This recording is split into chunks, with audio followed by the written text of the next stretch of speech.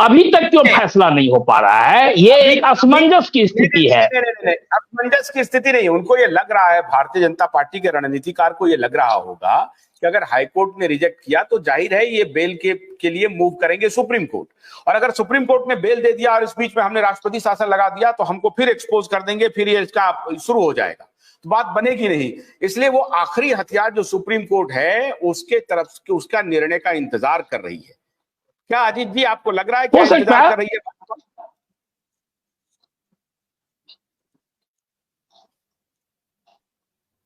अजीत जी?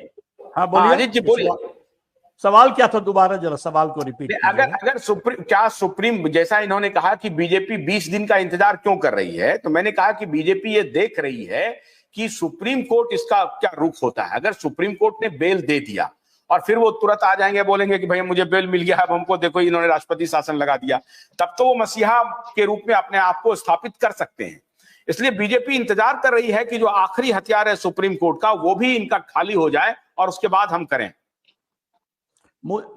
देखिए, सतीश जी ने बड़ा एक सही बात कहा, क्योंकि हम डिटेल में इस पर बात कर चुके हैं। सतीश जी ने सही कहा कि अरविंद केजरीवाल का मामला is more political and less legal and constitutional. मैं भी इस बात को मानता हूं।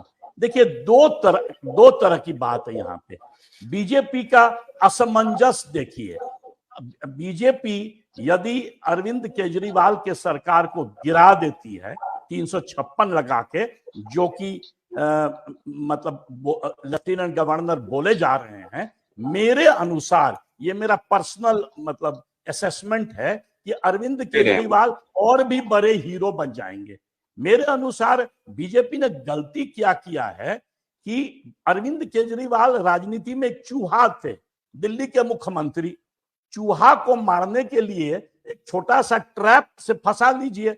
ये जो है बीजेपी जो है पूरा मशीन गन, पूरा आर्मी लेके अरविंद केजरीवाल के पीछे पड़ गई। तो क्या होता है, भारत के लोग जो है ना, यदि कोई गलत काम भी किया हो, उनको सस्पिशन है, पर उनको ये लग रहा है कि ऊपर से सरकार उस पर कुछ ज्यादती कर रही है, तो सारा सिंपैथी वोट खिसकने लगता है। आप पहला सवाल, सिंपैथी वोट तो मान लीजिए, उसके लिए तो सर्वे करना पड़ेगा, पर सबसे पहले आप मीडिया का कॉन्वर्सेशन देख लीजिए। मीडिया का कॉन्वर्सेशन अरविंद केजरीवाल के अरेस्ट के पहले था किस चीज पर? प्राण प्रतिष्ठा, G20, कश्मीर पे आर्टिकल 370, CAA, और प्रधानमंत्री कितना बढ़िया बढ़िया काम कर रहे हैं। अब आप देखिए मीडिया का conversation, both men stream media, corporate media, social media, कर रहा है। अजीत जी, जो आप कह रहे हैं ना कि मीडिया का कंजम्पशन टाइम जो है अरविंद केजरीवाल ले रहे हैं, मुझे लग रहा है कि ये कंजम्पशन टाइम मोदी के खिलाफ नहीं जा रहा है, बल्कि मोदी को फायदा पहुंचा रहा है, क्योंकि उस कंजम्पशन टाइम में एक्सपोज किया जा रहा है केजरीवाल को, इनके एक एक झूठ को एक्सपोज किया जा रहा है। तो उनको लगता है कि यही टाइमिंग सही है कि एक तरफ तो राष्ट्रीय स्तर पर मेरे कैंपेन का गुबार है और दूसरे तरफ इलेक्शन के पहले इनको अगर हम देख लेते हैं, अगर इन पर बात बन गई तो इलेक्शन के बाद जो अभी मोदी जी कह रहे हैं कि असली खेल शुरू होना है, तो इलेक्शन के बाद बहुत सारे लोग जेल जाएंगे। ये टेस्ट भी चल रहा है।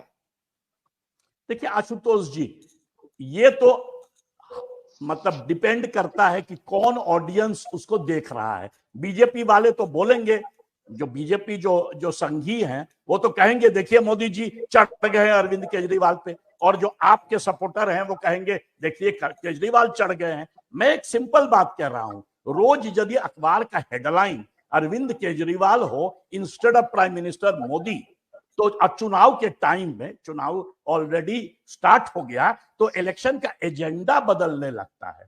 ये मैं कह रहा हूं इलेक्शन। अच्छा, दूसरी बात क्या है कि जब अरविंद केजरीवाल पर अटैक हुआ, उसके पहले भारत के इतिहास का सबसे बड़ा स्कैम खुल गया, बॉन्ड स्कैम। और बॉन्ड स्कैम में सारे पार्टी फंसे हुए हैं, इस हमाम में सब नंगे हैं, पर सबसे ज्यादा पैसा तो बीजेपी ही बनाया है उसमें, पहली बात। दूसरी बात कि जो बॉन्ड में पैसा दिया है उस पर ईडी का रेड हुआ है, 5 बार रेड हुआ है, और तब जो है वो पैसा दिया है, और वो मेजॉरिटी पैसा बीजेपी के पास गया।